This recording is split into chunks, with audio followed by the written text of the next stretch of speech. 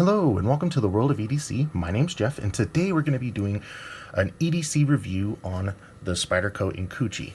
This knife is one of those knives that pretty much everybody that's in the knife world knows about, and so I've kind of taken my time a little bit to do my review because I typically do my reviews looking at them through the EDC lens and not so much the specs and all that kind of stuff. So let's get right into it. I've been carrying this knife for a while now. I got it when I believe it was the second run came out just before Christmas, I want to say.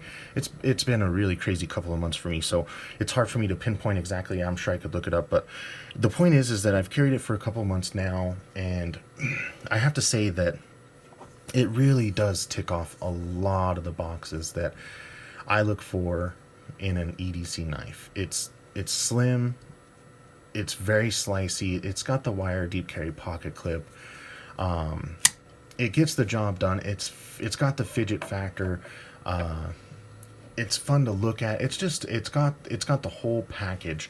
I know that a couple of people have criticized the fact that you can kind of catch your finger on that tip there if you really try hard.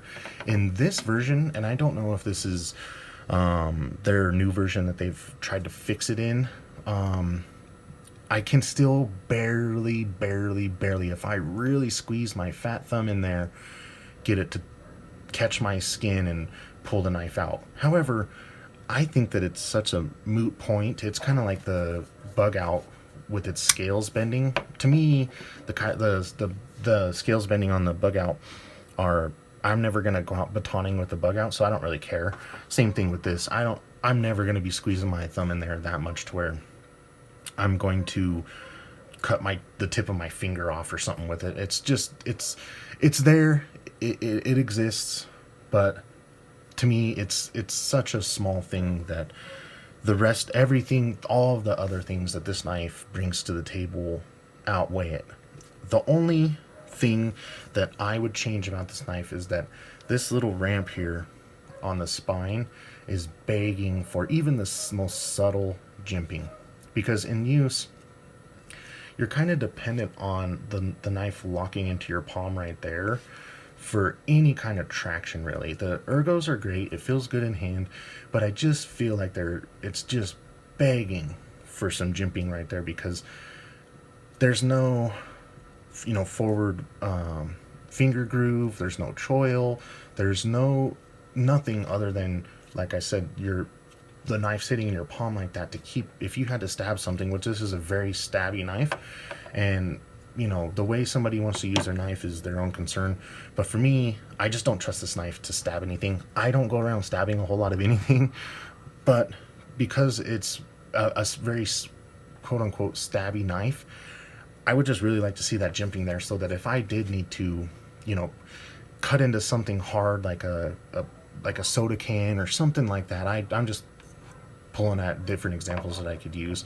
I would prefer to have that jimping on there, but other than that, that's one of my few gripes with this knife. It carries well, very light, fits in your pocket very, very well.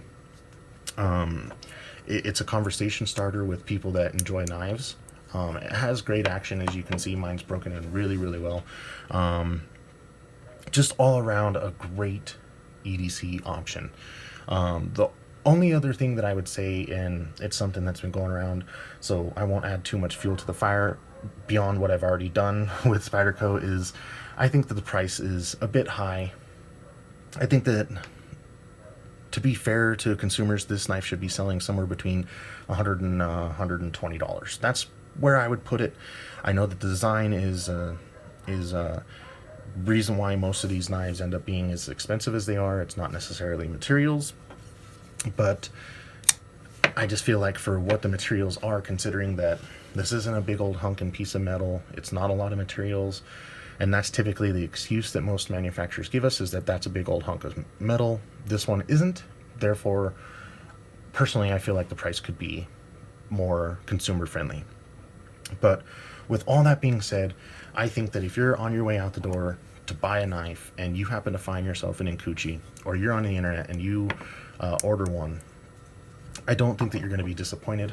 I know that that's pretty much the general consensus on this knife, is that it's a great knife, and I can't find much reasons to dispute that. So with all that being said, thank you for watching. I hope you enjoyed. Please like the video if you did enjoy it. It really does help the channel grow and help me out. And if you have any other things that you'd like to mention in the comment sections, I will see you down there. So with all that being said, thank you for watching. I hope you enjoyed, and I will see you in the next one.